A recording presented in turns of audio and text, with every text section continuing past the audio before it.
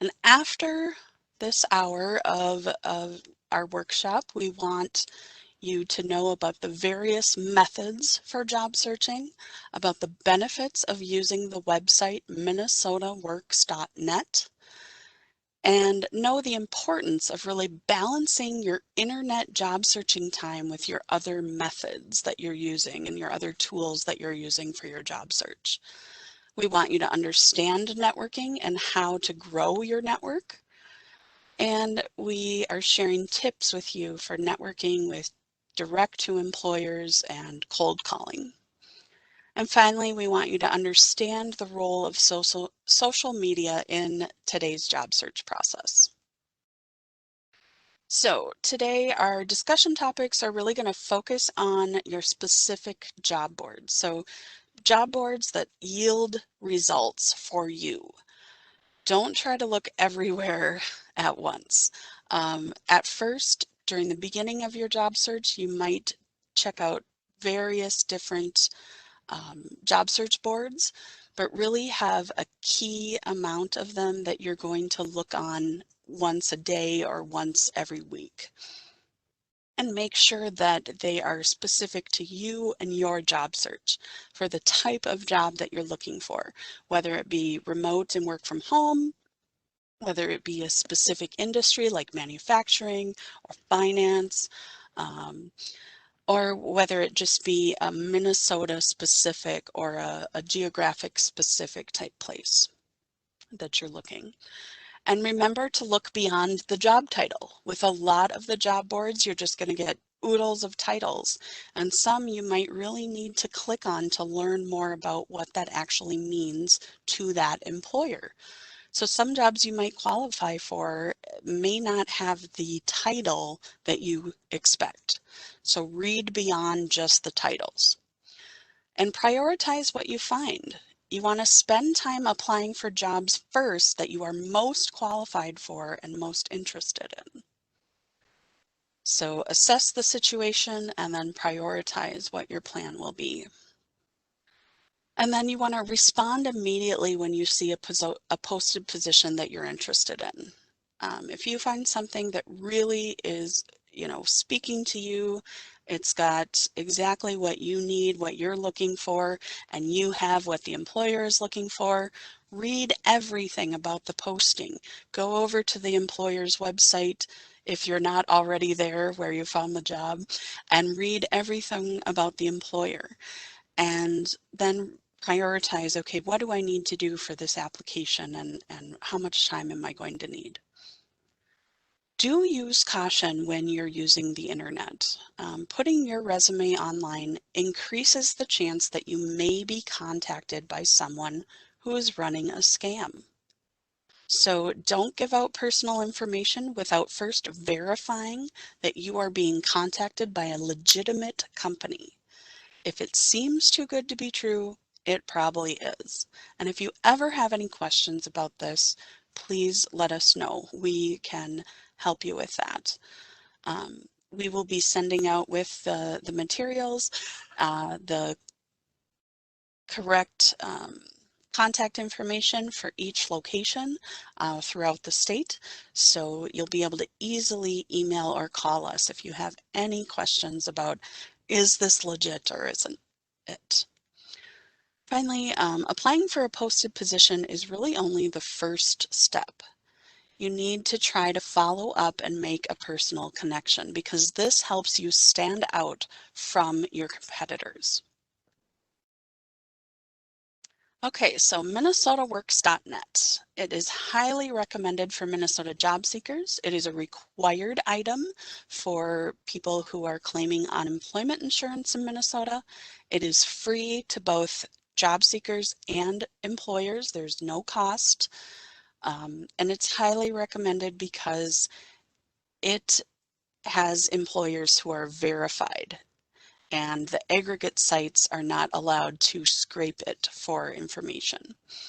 So most jobs that are posted on minnesotaworks.net are current job openings. A lot of them are scraped each night from the National Labor Exchange. The National Labor Exchange exists, but then each state is also required to have a labor exchange. And basically what that means is a job board site where employers and job seekers come to connect. So while you are out there on Minnesotaworks.net searching for job postings, employers can also be on the site searching for resumes. It has a unique resume match feature that really makes searching for things easy. And you can have up to 5 different resumes on Minnesota Works, meaning that you can target 5 different occupations. Now, the resumes can be made available to employers while they're recruiting for open positions and while you're available for a new position, but they can also be taken where they're non-viewable. So when you first start on one, you're going to start with each section one by one. You go into the objective, you write it, and you save it. And then you add, the most recent job and you save it. And until it's fully complete, they won't even give you the option to show it and make it visible and viewable to employers. And you can change that status anytime. And you can use that resume to do automatic searches and then have an email alert sent to you once your resume matches a current job opening that was posted by an employer. So from a survey they did, 66% of employers who posted jobs on Minnesotaworks.net filled their position with an applicant that they found through the website. 85% of those who searched for jobs found jobs to apply for, and 47% of those who applied for jobs were contacted for an interview. Now, a number one tip here. 75 to 80% of people will find their next job through networking. So let's say we have 100 people here today. 75 of you will likely find your next job through networking. So that's a lot. Networking is the easiest way for us as humans to build that circle of trust. If I know someone and you know someone, and we need to spend a lot of time, effort, and money on hiring this person, then that trust between us is a lot easier to bet on than somebody who's a perfect stranger. And so that right there is the basics of why 75 to 80% of people find their next job through networking. Now, applying online may be necessary, but an online application always needs to be followed up by making some personal contact, whether that be over the phone, email, or via virtual chat. So balance your online time with your other job-seeking activities. So this is all about connection and not perfection. There is no perfect job strategy that's going to work for everyone. There's no formula, like I say, for resume writing. There's no formula for networking. But networking will get most people a job because of someone they know or someone they've met. So think first of the people that you know, and then begin asking who they know, and so on and so forth. Sometimes you have to go through several levels to find the right contact. You've heard of that 7 degrees of Kevin Bacon, how you can take almost anybody in the world and relate them back to Kevin Bacon. That's just one of the examples of how networking works. Someone knows someone who needs to hire someone. And sociologists have found that acquaintances are more likely than family members or friends to give individuals direct information and recommend them for opportunities.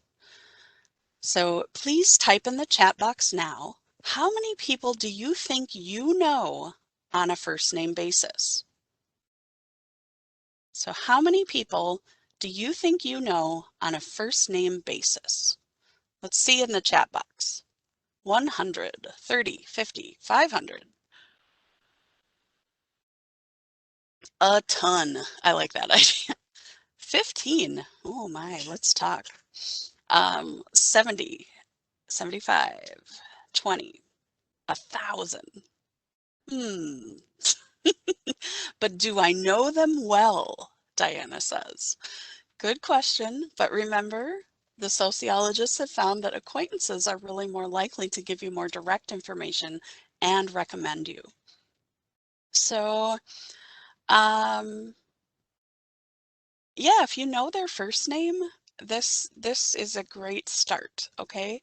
And for all of you introverts out there, I really lean towards the introverted side. I understand this is hard. I understand it takes a lot of deep breaths and a lot of like hot red outbreaks for me that get me in front of somebody and start to really talk to them. And I think the nice part for me is that there's an agenda, right? Like I have an informational interview type networking agenda. Things that I want to say, to offer gratitude, to be gracious, to offer assistance, support, but also to gather information. So if you've never heard of an informational interview before, there is a page on careerforcemn.com that maybe Brittany could throw in the box. That would be great. Um, that that will kind of teach you, okay, first, how do you ask for one? What is it? You know, an informational interview is something that you do to meet new people and get new connections. And so we'll probably talk about that a little bit later. Um, the answer to our little question from the chat box there, how many people do you think you know on a first name basis, is that the average person does know about 300 people. So we had some people really high, I'm going to guess those were the extroverts, and we had some people who maybe are more introverted and thought 15 to 20, maybe 50. But yeah, the average person really knows 300 people by first name. So we talk about this in a funnel illustration. If you want a job in a warehouse, a person isn't going to refer you to speak with their aunt who retired 10 years ago from a nail salon. So you have to really talk to more people, talk to your neighbors, talk to the person you're getting the groceries from. Talk to the people that you encounter every day and just start expanding that network of people that you know by first name and offer yours first. You know, hey, my name's Marnie. Thanks for bringing my groceries today. What's your name? What's going on with you? You know, how's life at your employer treating you? Tell me more about it if you have time. All right, so your network is really bigger than you think it is. Like we said, a lot of people just have a hard time thinking outside of their inner circle.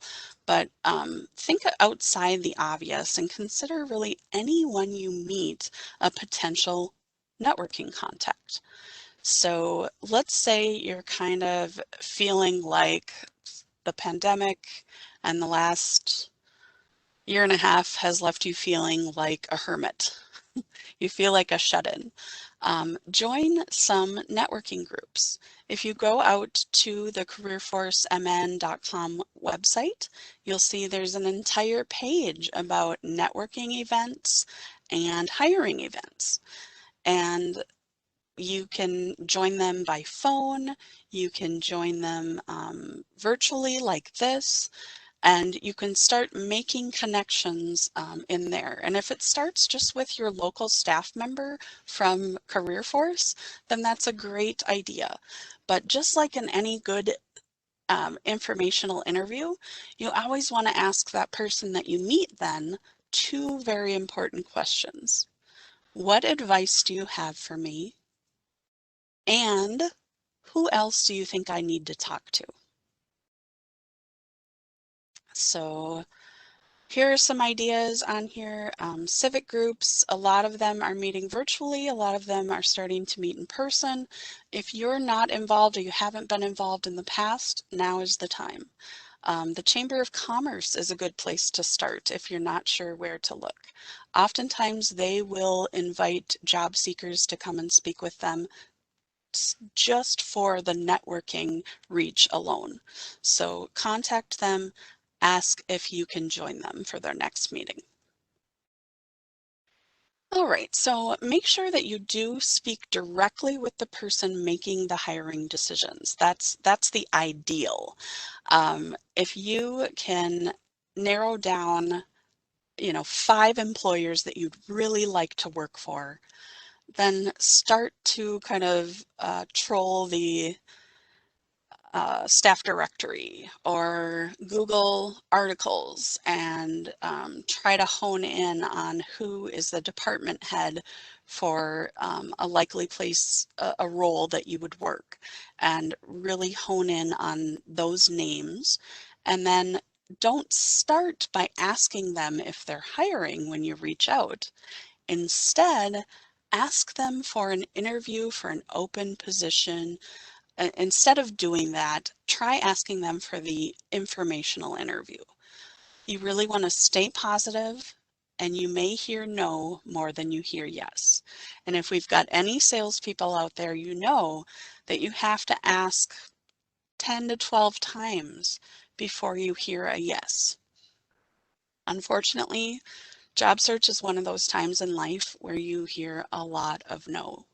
It can be quite negative, and the reason that we have these workshops and we have networking events is to help you practice and provide support, because we know that it's hard.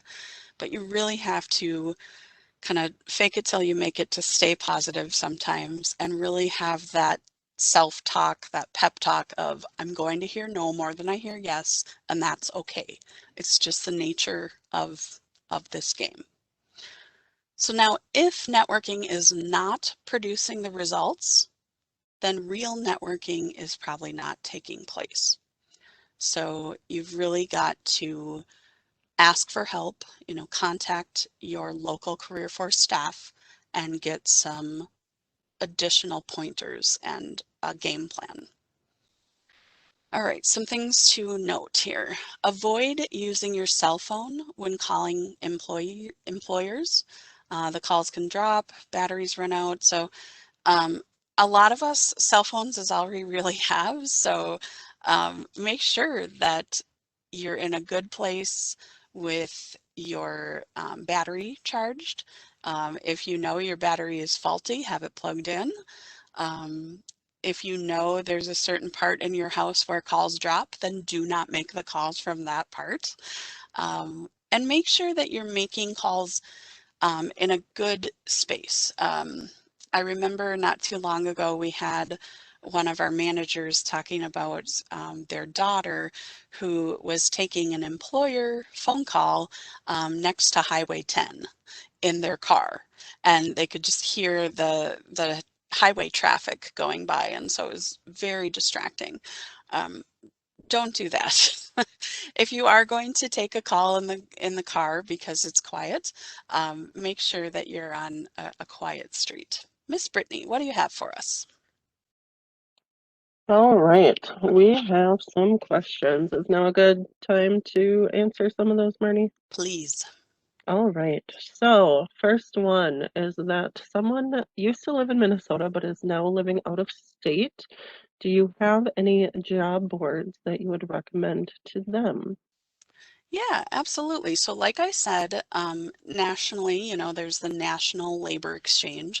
And so if you type that into Google, you'll get that.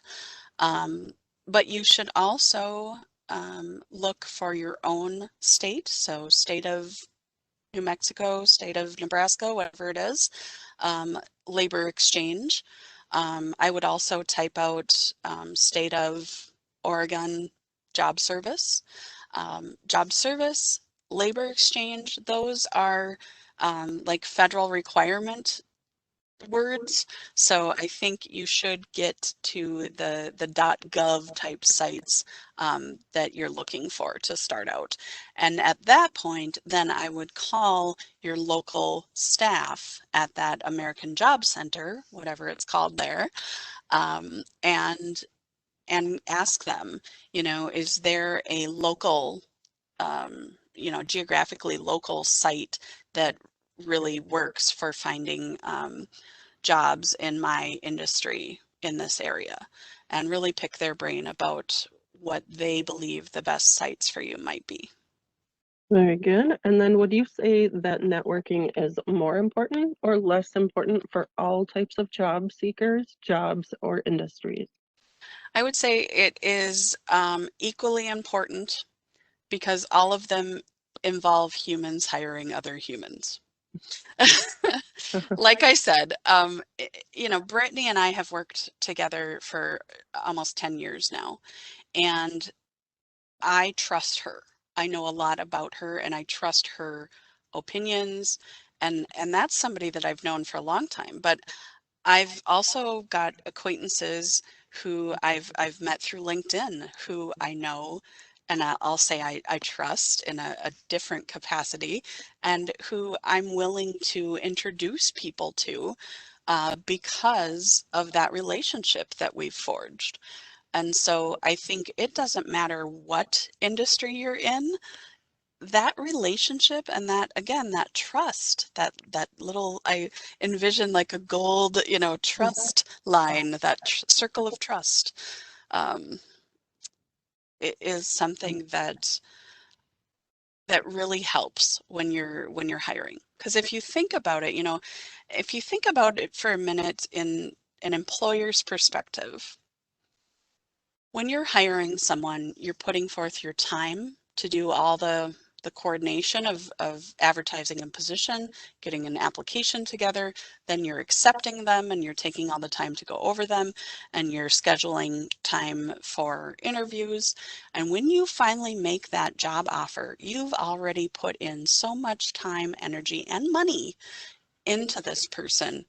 It feels like a big deal because it is. It's going to be a relationship that's not only 40 hours per week together, but hopefully for many months or years ahead. So if you've got that trust factor of somebody that, kind of vouches for them or says, here's what I've noticed about this person in my contact with them. Yes, they might be just an acquaintance, but here's how I've met them. Here's what I've noticed about them.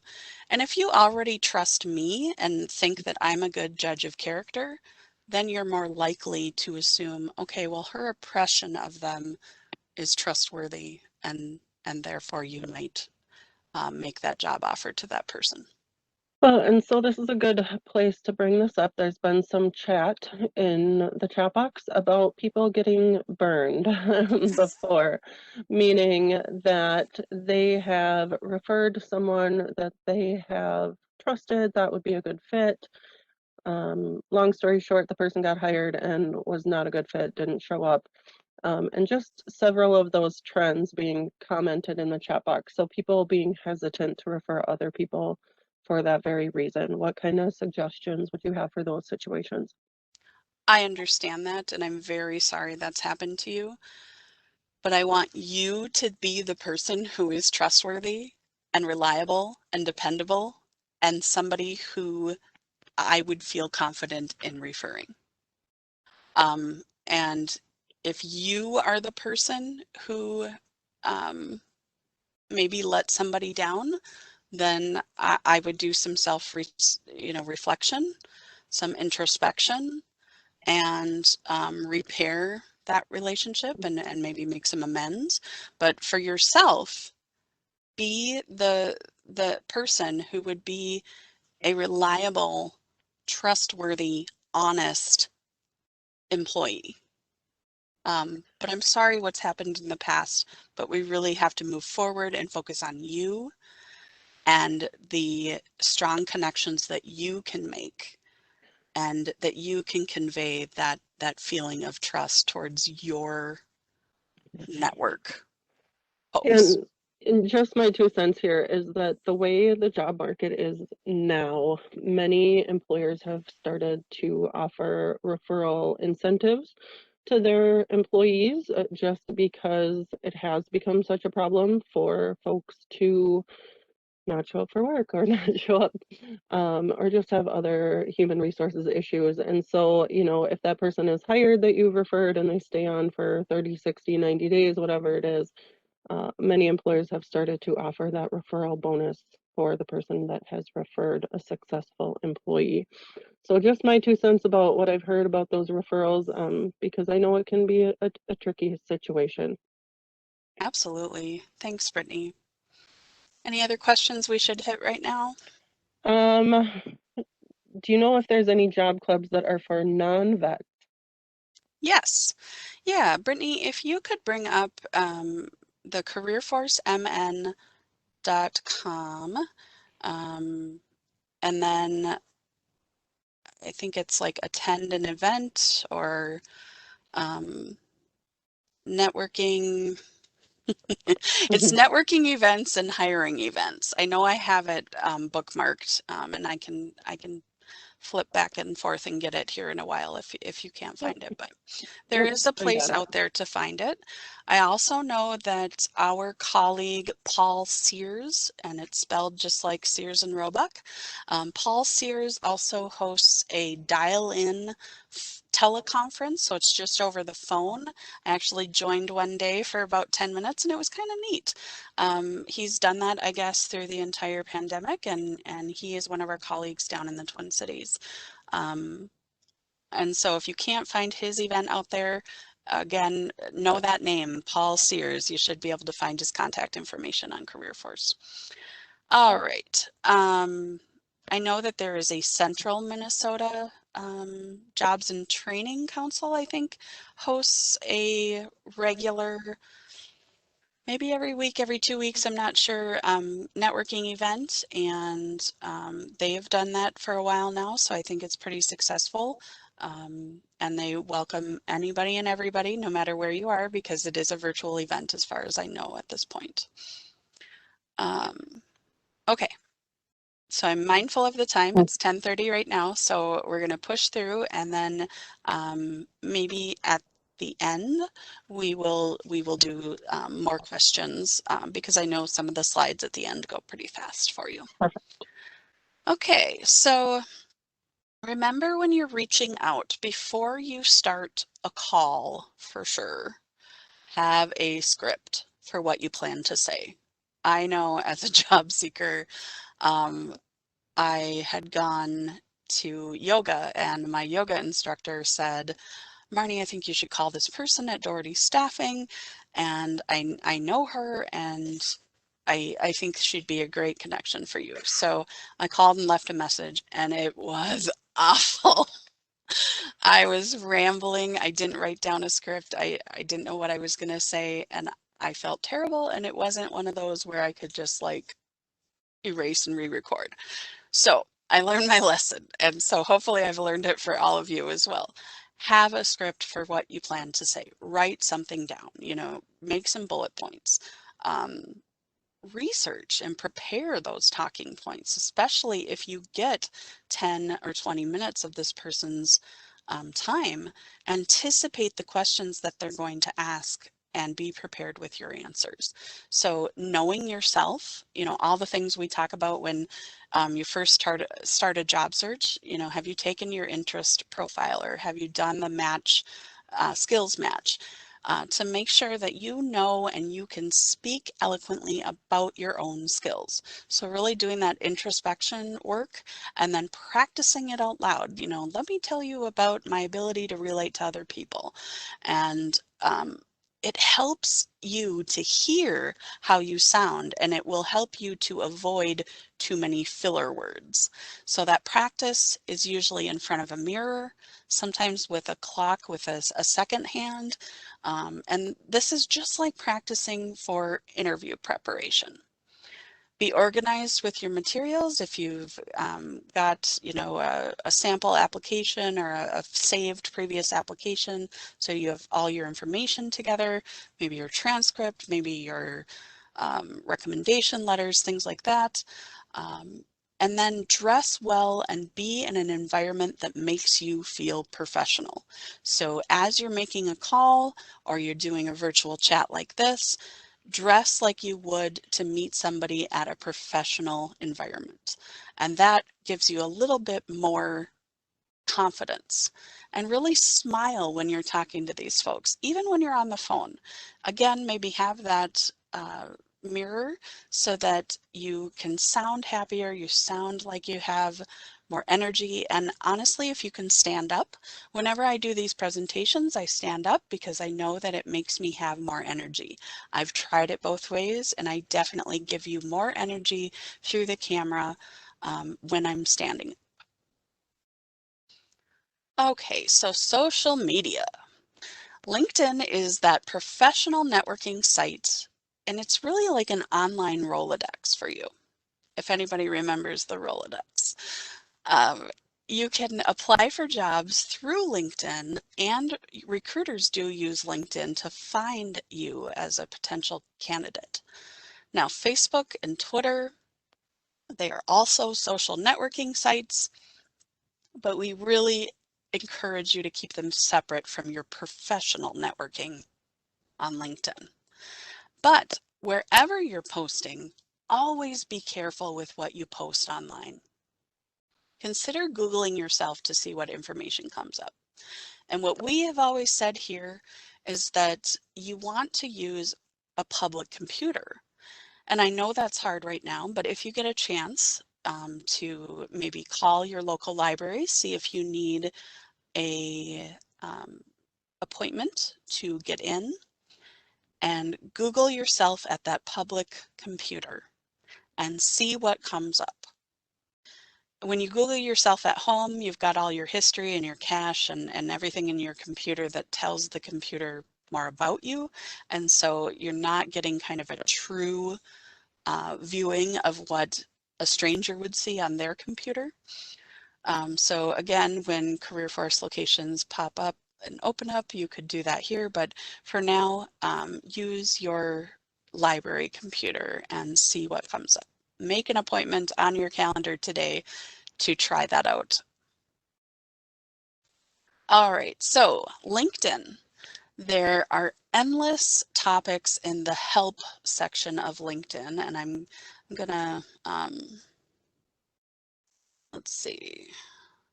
Okay, I can't click on that right there, but in the time we have today, we'll focus on a couple. So revealing your network's connections and recording a mock interview.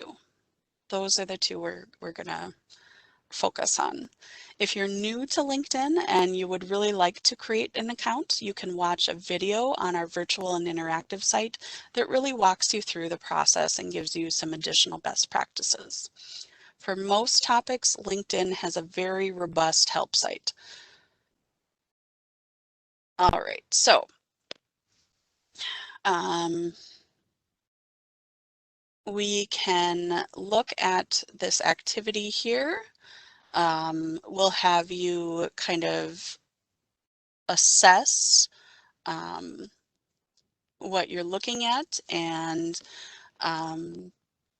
basically this is what it looks like on LinkedIn currently. The site really does change almost every quarter,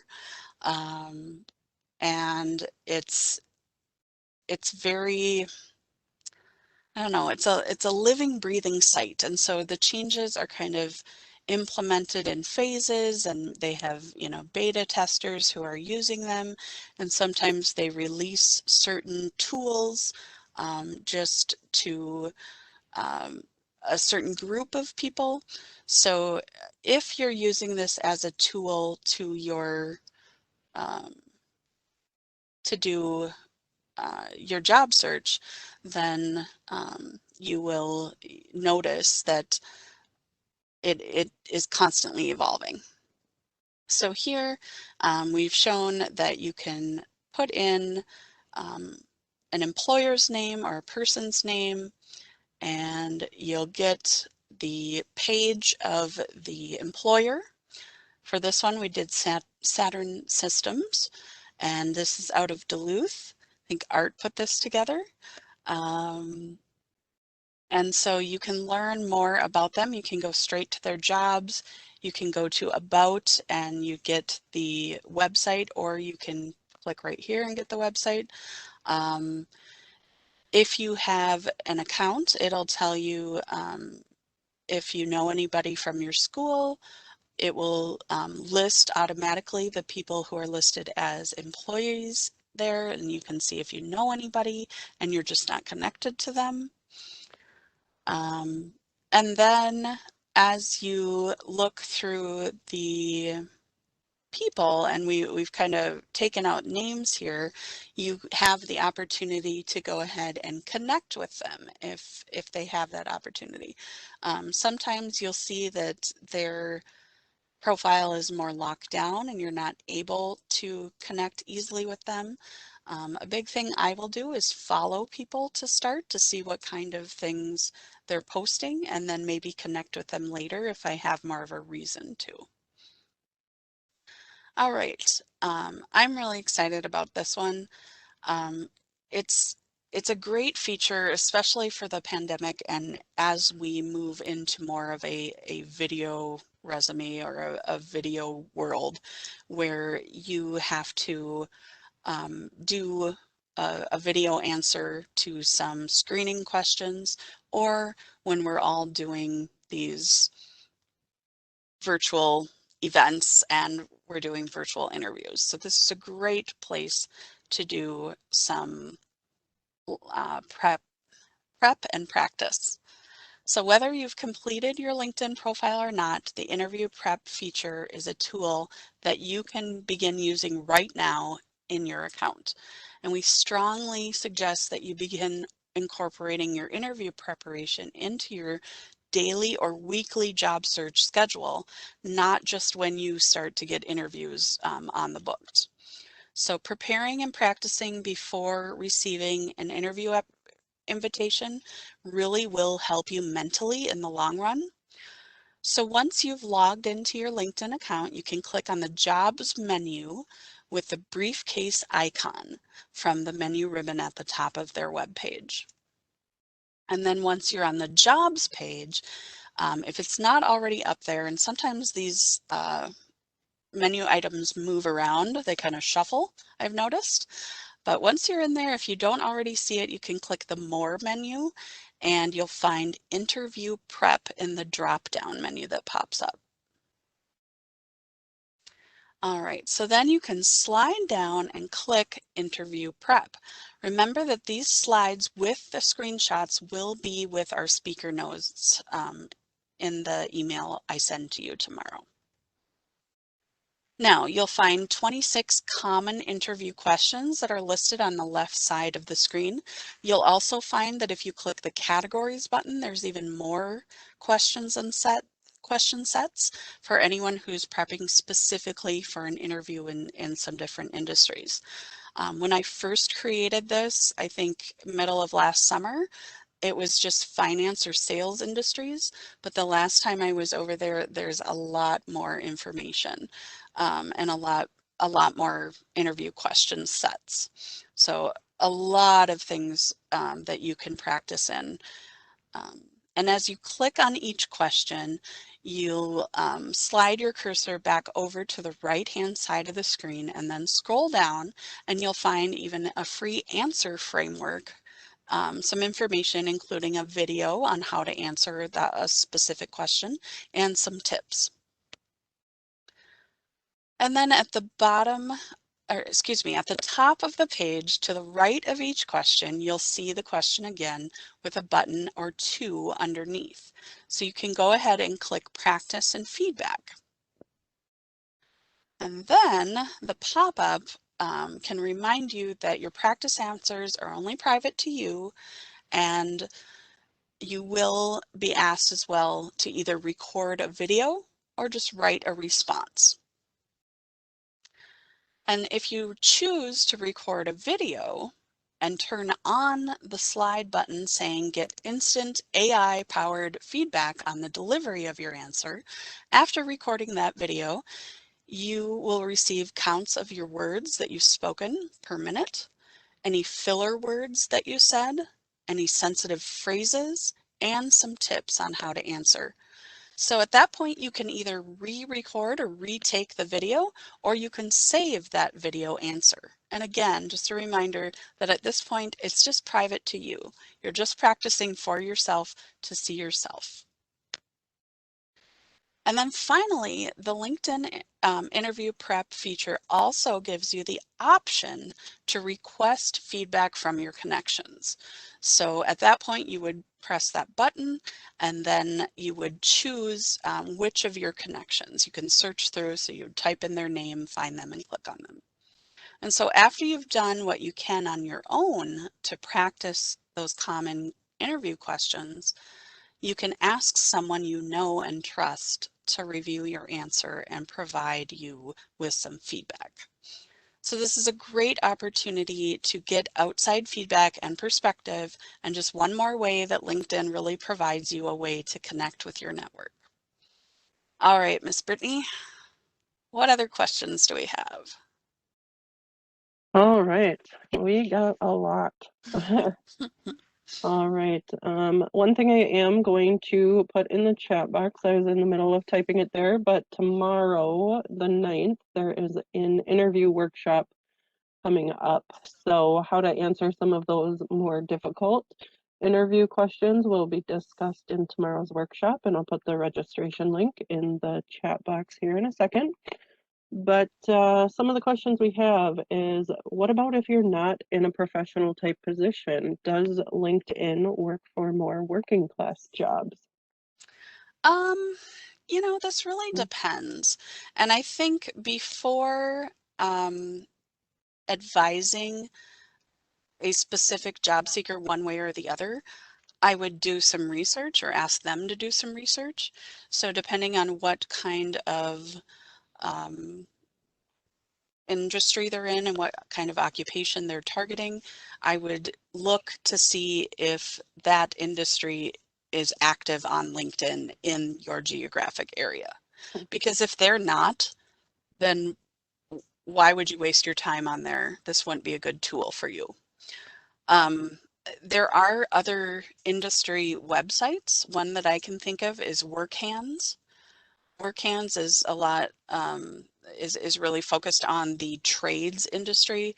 And so if you're a welder, if you're a carpenter, etc., you can show more pictures of work that you've done, things that you've built, things that you've welded, etc.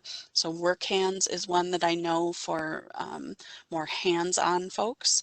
Um, there are creative ones out there. I don't have any in mind, but you could certainly find a social network that really focuses on your industry. All right. The next one says, I'm working on a LinkedIn profile, but I don't do Facebook. Is that going to hinder me finding a job? No, absolutely not. No, it is not a requirement to be on Facebook. If you find someone else that has your name when Googled, what can you do to clean that up so it is not you that they are seeing when they Google? Or Very good so that it question. is you. I should say I misspoke. Very good question. So we get this all the time, and it's especially frustrating when you've got somebody who has your name and they're in the newspaper for not great reasons or something. So in that case, then yes, I would encourage you to work on a very distinct LinkedIn profile. If your name is John A. Smith and their name is John A. Smith, hopefully that A does not stand for the same name too. But if you can put something else with your name to really identify who's who, to differentiate, that's something that I would absolutely work with you on one-on-one to make sure that if an employer Googles you, that is the first thing that pops up and they can automatically tell that yes, this is the correct John A. Smith. and learn more about you versus someone else. All right. Someone is working on their LinkedIn page, but wants to know where can they find free background photos. Ah, yes. So when you go into your, and I just, to get the right lingo here, let me just go into mine real quick. When you go into that first little pencil next to your name and your LinkedIn photos and things like that, let's see, I'm trying to find the name. Oh, there it is. The background photo. I think that's what we're talking about. Yes, Brittany. Yep. Yep. If you Google LinkedIn background photos or free LinkedIn background photos, you can find some ideas. You could also create your own with Canva. That's what I did recently because it was suggested on an article that I was reading, and I thought, why not try this? I had used Canva for free before, and it's pretty easy to use to really kind of make it your own. But it will really help you. LinkedIn will help you with a crop feature, a filter feature, an adjust feature. And I think that it's been fairly easy to understand. Yep, canvas.com, rawpixel.com. Yeah, free stock photos are out there. So if you're not sure of it, just Google and you'll find a lot of advice. All right. Are temp agencies a good place to network or try to get a job? I seem to get a lot of emails from them, but their background isn't in what they're getting emails for. Okay. So before you sign up for emails or before you create an account, hopefully you're reading a lot about what they're going to email you. And definitely, if you're getting over inundated with emails, clean up your box. If something never applies to you, then learn more about that temp agency. And honestly, temp agencies used to really focus on specific industries or specific types of occupations, and they would really help um, various specific groups of employers. Now, through the last recession, back 2008, 2008, I think more of them started to diversify. However, I think some of them still do somewhat of a specialty. Say, for example, there's one called like account professionals or something. Accounting is their gig. That's what they do. So really learn about the temp agency that you're signed up for. And if it's not applying to you, then maybe you make a phone call and just double check to see if it's worth your time. Talk to one of the people that work for them, or just hit unsubscribe and take that distraction out of your inbox. All right. So the next one is, what is a good job site that can be searched for or searched on without being harassed afterwards? So remember that your cache and your history in your browser keep kind of tabs on you. But if you sign up for like Minnesotaworks.net, Minnesotaworks.net itself is not going to email you unless you create an email alert. And there are steps to do that. You wouldn't just forget to uncheck something and it would happen, right? So on a lot of job seeking sites, job boards, all these things are already checked for you. And if you don't read them or uncheck them, that's maybe why you're getting the emails.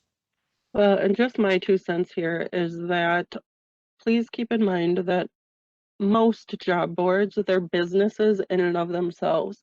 And how they get their revenue is they sell your personal information to outside vendors. So that's why oftentimes people get inundated with emails that are not relevant or they're kind of spam type emails, is because when you apply for a job through a job board, Many times before you can apply, you have to check that little box with all the microscopic print that nobody ever reads. We just check it and continue.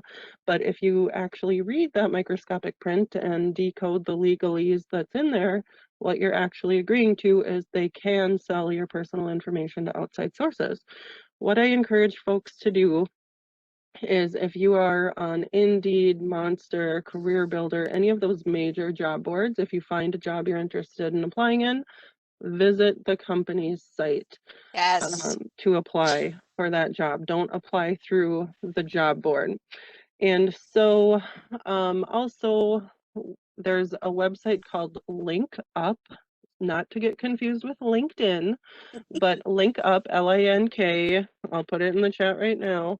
And what that site actually does is it's a job board, but when you click on a job that's posted in Link Up, it actually redirects you to the company's website to apply. So you're not applying through Link Up at all. You're actually going to be applying straight to the source.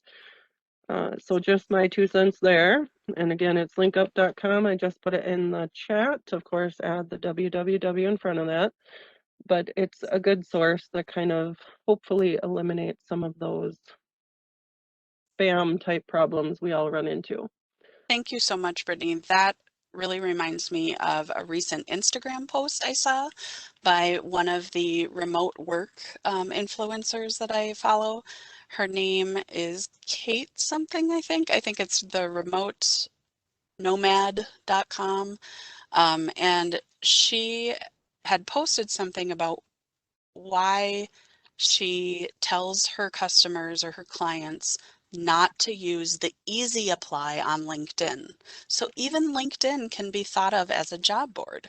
And just like Brittany said, we cannot emphasize this enough. No matter where you found the lead, if it was from your Aunt Susie, the classified ad, LinkedIn, snag a job, whatever it is, go to the employer's website. Go straight to the employer and try to apply. Every once in a while, you'll find an employer that's not, using their own site or their own application and they want you to apply somewhere else. But for the most part, you really need to go and apply directly through the employer. I know it's easy to use Easy Apply on LinkedIn or Indeed, but the best thing to do is go directly to the employer's website and apply. All right, couple more questions. All right, we'll try to cruise through them here. What are your thoughts about jobs staying remote, or do you think people will return to the office?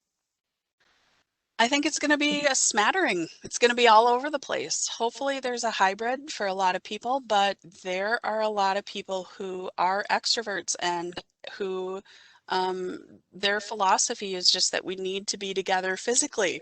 And so they're going to have a hard time letting go of that. And so, if you have a preference one way or the other, then you really need to structure your job search that way. All right, perfect. There was some discussion about concerns and questions regarding age earlier in the presentation. And so just so everyone is aware, I did copy and paste the link to sign up for a workshop that discusses those concerns specifically. It's called Job Search Over 40. And I will post it here. The next one is coming up on June 15th. And so you definitely can check that out. It is a full workshop devoted solely to that topic. Yes. And another advice type question for you, Marnie. Advice for someone that may know a lot of people, but is feeling isolated by being home alone during this time. I too know a lot of people but feel isolated because I'm the kind of person that's like, maybe I should call Brittany. I don't know. And then I don't. But I have to force myself. So I think, again, if I have a game plan and this is for my job search, as a job seeker, I would think, okay, Marnie, you need to be accountable to someone at first because I need that. And so I would call my career force staff and say, you're my local career force. Can I just keep tabs with you? I'm going to challenge myself to connect with 5 people over this week, maybe one each day. And at the end of the week, I'm going to email you and I'm going to say, I connected with these 5 people and here's what I learned. And I did, you know, a phone call with one, I did coffee with the other, I did a virtual chat with the last three, and that's what I would need to do for myself to make myself do it. Any additional information, Brittany? No, but there is one thing that popped up in the chat I want to address. It says for jobs posted through minnesotaworks.org. I want to correct that. It is minnesotaworks.net, N-E-T, and it asks, should we apply directly through there or go to the company website? Although minnesotaworks.net is a little bit more of a legitimate source to find good employers, same advice applies. I would still go straight to the source. You can apply through Minnesota Works sometimes, but again, just keep it consistent and go straight to the source. Absolutely. With just a couple of minutes left, just a couple of clarifications. And so that you understand that the other side of minnesotaworks.net. So employers have an account just like you. And unless they send themselves, if they set up those automatic alerts, they have to log in just like you to see that somebody's applied or someone's clicked on, you know, to see how many views they're getting, things like that. So when you're doing it directly through their site, my guess is that an employer is going to check their site the most, right? And then, yes, over 40. I get it. People are talking here. We started that as an over 40 because that is what um, the federal law covers, is that anybody over 40, if they were discriminated against and you can prove it, is covered by that law. But yes, the link does say over 50 because, yeah, we've realized that more people over 50 have trouble. And yes, it's a very popular class. I also noticed that instead of just being an hour-long for creative job search, we've also opened it up to an hour and a half because it is such a popular class. All right, yes, I agree. Keep the faith, everyone. The universe will bring you to what you need. One more thing I want to slide in there before we log off is someone asked about getting their resume reviewed. You absolutely can get your resume reviewed through CareerForce, and we will include that link in the follow-up email. So look for that. Yeah. Thank you, everybody. Thank you, Brittany, for all your help and your information and your expertise. Thank you for all your questions and this very active chat. We appreciate your attention today, and I look forward to talking with you over email. We will send that out tomorrow as soon as we can. Thanks and have a great day. Thank you, everyone.